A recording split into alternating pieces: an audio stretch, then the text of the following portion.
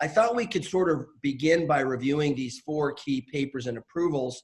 The first one, of course, was bevacizumab in June of 2018. Michael, tell us about that.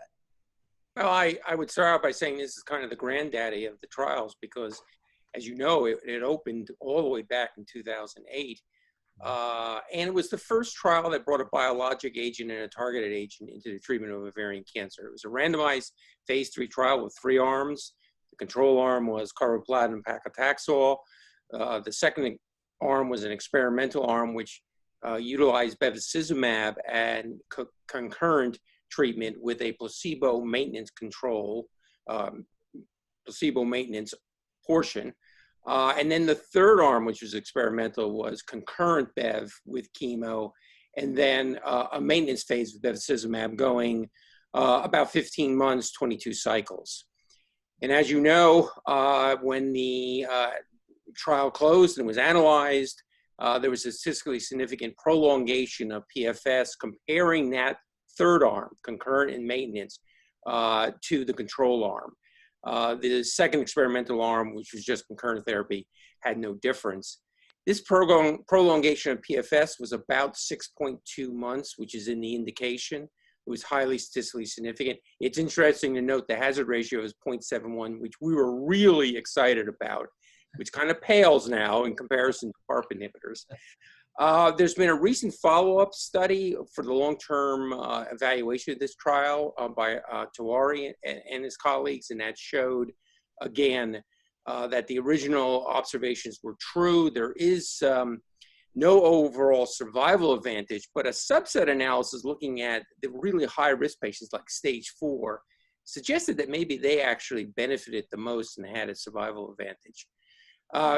The only other comment I'll make on this is that we really could use a biomarker to identify those patients that benefit.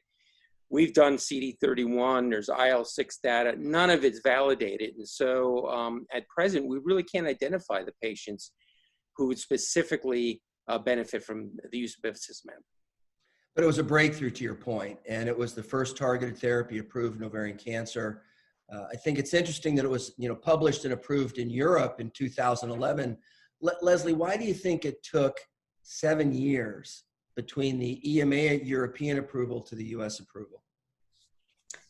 It's a good question because it was set up as a registration trial. And so the whole intent and, from the beginning was to file. I guess it just wasn't an impressive enough hazard ratio. And back then we were really looking to hit the OS mark. And in that interim time, that's when we had all these, talks with the FDA that OS is really not the best endpoint in ovarian cancer. And the earlier line of therapy, the more difficult it is as an endpoint. I think that's the key point, right? We had to come to really an agreement with the regulatory agency that overall survival was not possible, because patients got lots of lines of therapy. In other words, the post-progression survival was long, and that as long as the PFS, what Dr. Beer said, what Michael said, as long as the PFS benefit was big and meaningful, and it was not too toxic, and it was convenient, which every 3-week intravenous bevacizumab is, that they would, give us an approval. So that was excellent. But as you said, Michael, no biomarker, hazard ratio 0.6, 0.7, okay.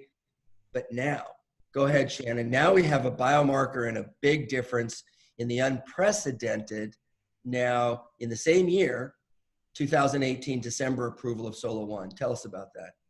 That's right, and it is absolutely biomarker driven. So this was a randomized control trial of patients in the upfront setting that were had advanced stage disease at the beginning, either high-grade serous or high-grade endometrioid.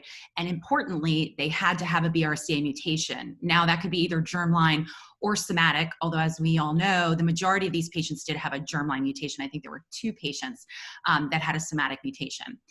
These patients, after they had response to their upfront platinum-based chemotherapy, were then randomized to either receiving olaparib maintenance versus placebo, and they were randomized 2-to-1. And there's a couple important points here. One is that the patients received that olaparib or placebo maintenance for 2 years, or unless there was unacceptable toxicity, and then were followed. And the primary endpoint was progression-free survival. And what we saw was an impressive reduction in the risk of progression, hazard ratio of 0.3, which, to your point, we were excited about the hazard ratio of 0.7, but now here we were with a 0.3, a 70% reduction in the risk of progression. And what was really cool about this trial is that they kept following the progression out. And at 3 years, so a year after the majority of those patients had stopped treatment, 60% of the patients on the olaparib arm were progression-free, compared to 26.9% that were progression-free at 3 years that were on placebo. And so it really kind of answers a couple of questions. One, when we use a targeted maintenance, it actually works. And two, you can stop it. You don't necessarily have to continue it, because what we see is a beautiful flattening of the curve. Now, we don't know if this is going to yield an overall survival benefit. That's the next big question. And I think it's going to take a little while to get that answer, but certainly very impressive data that led to an FDA approval for this drug. Yeah, hazard ratio 0.30, 3 years of improvement in progression-free survival, transformational.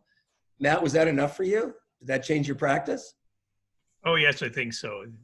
When you look at these patients that have a biomarker-driven therapy with this, it's very impressive changes. It's definitely driven the standard, what I would consider the standard of care for these patients.